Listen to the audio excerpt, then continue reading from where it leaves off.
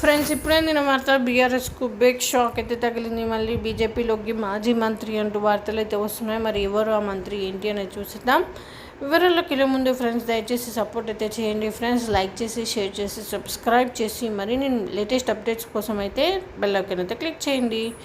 అయితే పార్లమెంట్ ఎన్నికల వేళ బీఆర్ఎస్ పార్టీకి మరో షాక్ తగలనుంది. హుజురాబాద్కు చెందిన పార్టీ కీలక నేత పెద్దిరెడ్డి ఆ పార్టీకి గుడ్ బై చెప్పేందుకు సిద్ధమయ్యారు. రేపు ఆయన బీజేపీలో చేరేందుకు ఏర్పాట్లు చేసుకున్నట్లు సమాచారం. హుజురాబాద్ ఉప ఎన్నికకు ముందు ఆయన బీజేపీని వీడి బీఆర్ఎస్ పార్టీలో చేరారు. తనకు హుజురాబాద్ టికెట్ ఇస్తానని చెబితేనే పార్టీలోకి చేరానని ఆయన చెప్తున్నారు.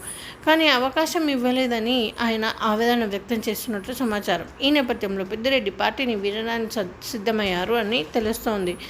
రాజకీయాల్లో సుదీర్ఘ అనుభవం ఉన్న తనకు బీఆర్ఎస్లో సరైన గౌరవం దక్కలేదని పెద్దిరెడ్డి తన సన్నిహితుల వద్ద ఆవేదన వ్యక్తం చేశారు.